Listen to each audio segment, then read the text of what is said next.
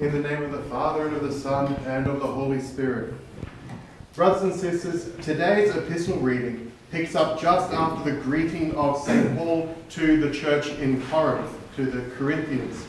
And in this letter, he immediately goes to the biggest problem that church had.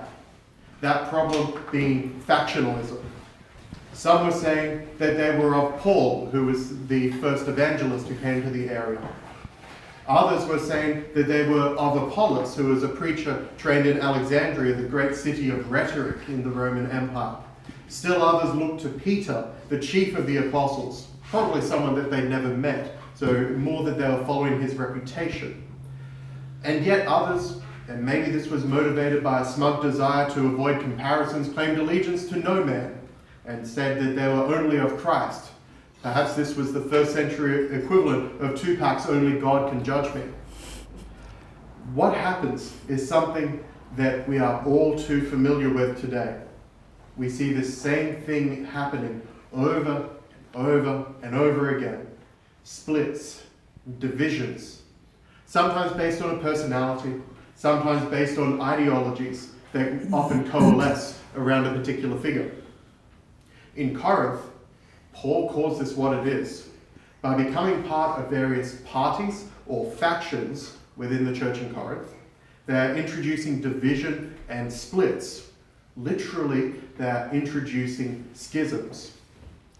We shudder to think what Paul would say about our own day, where schism from the church has been almost normalized, both in terms of past history and even to this present day. People have been separating themselves willfully from the one holy Catholic and Apostolic Church which Christ founded. That is, the Orthodox Church. And the work is and must be ongoing to bring about a return, that our joy, as it says in Scripture, may be complete. But Paul wasn't even talking about schisms in this sense. He was talking about factionalism. Perhaps the birth of schism or the potential for schism, but not even schism yet. Just factions and parties within the church. And when he was speaking about this, he asks, was Christ split and ripped apart? If we have the one body of Christ, which is the church, how can this be ripped apart? We don't rip apart bodies and expect them to live. In the same way, we don't choose to rip apart the body of Christ. Was it Paul that was crucified for you? If Paul didn't affect your salvation, why is it that you would be declaring allegiance to him in the first place? Was it Paul's name that you were baptized in the name of? Surely not, and moreover, Paul points out that he only baptized a handful of people in Corinth anyway. We find here the damaging fruits of being inward looking. This is not what we are called to do. When in John 17 we are sent into the world, to be not of the world, but to be sent into the world. It's much bigger than the usual phrase. We're called to be much bigger. We're called not to treat the parish as the limits of our world. If we do this, we're condemning ourselves to exactly what it is that Paul decries. We create enemies out of nothing, inevitably. We divide ourselves from other members of the body of Christ. We divide ourselves from other bricks in the temple of God. We'll find ourselves using adjectives to describe ourselves: traditionalist or liberal, cradle and convert, conservative and progressive, and many, many more besides. We simply use the expression of Orthodox Christian. And even this, as Orthodox Christians, we must recognize this as a tautology, saying the same thing twice. We are simply Christian. We are simply followers of Christ. This is something that we reflect by being part of his church. Orthodox is a term that we use for necessity, for clarity in our communication, since in this culture at least, we're not in control of how our faith is described. But anything more than this divides us from our brothers and sisters in Christ, those who are even within the same church that Christ founded. And it introduces the same dynamic that Paul so powerfully condemns in today's epistle reading.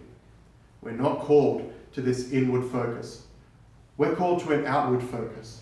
the same focus that Paul had as he traveled around the known world as far as he possibly could to bring the gospel to people, many of whom didn't even know that they needed it until there it was, that gift that he gave them. And it wasn't through eloquent speaking either. Even though Paul was rabbinically trained, we see in his epistles that he clearly didn't think of himself as being a gifted public speaker. Quite the contrary. But it was nonetheless through speaking, through preaching the gospel as well as he could. And his example gives light to that so popular and so misattributed and ultimately so deceitful expression to preach the gospel and, if necessary, use words. Were it possible to preach the gospel by not using words, Paul would have been the first to do so. Instead, he uses words. His own speech he has a low opinion of, and he relies instead on the power of God to work. So it wasn't his job to convert people, though many converted through his preaching.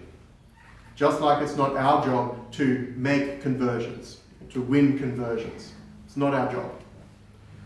What was his job was to preach the gospel, to preach the message of the cross, so that those who heard had the option. In the same way, it's our job to bring Christ to wherever we are, even if the world looks on this as foolish.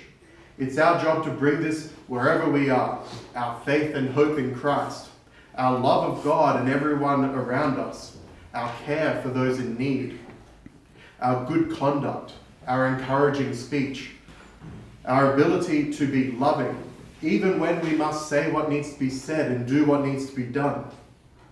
And we cannot do this if we are divided amongst ourselves. Never mind a world that is fundamentally broken. What more, after all, can we expect? But in our own community, in our own part of the body of Christ, we have an obligation to achieve this. It's with this oneness of mind that Paul speaks of, that we begin to radiate that joy through this suburb, through this city, through where we live, and in all the world.